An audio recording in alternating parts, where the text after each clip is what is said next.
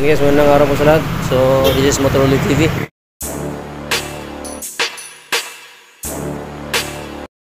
May customer tayo guys, nagdabit ang kanyang motor. So, pakinggan natin. Paparinig ko sa inyo guys kung anong problema sa kanyang makina.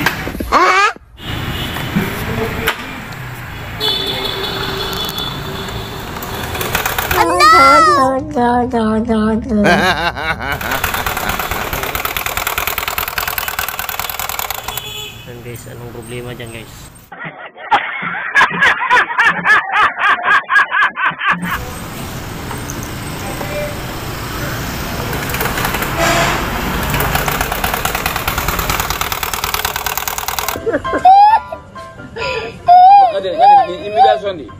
A few moments later.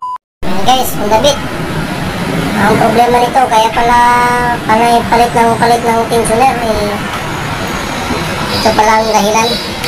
Yung kanyang bolt guys, ayan kumalas sa kanyang timing chain. Ayan so, parts, babanggit ko sa inyo ang timing chain set at ang kanyang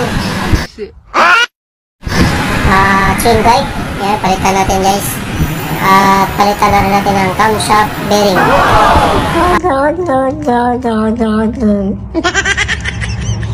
At ang damage guys oh. At ang kanyang rocker arm, roller, papalitan din natin. Ayan, overhaul. Overhaul guys, overhaul.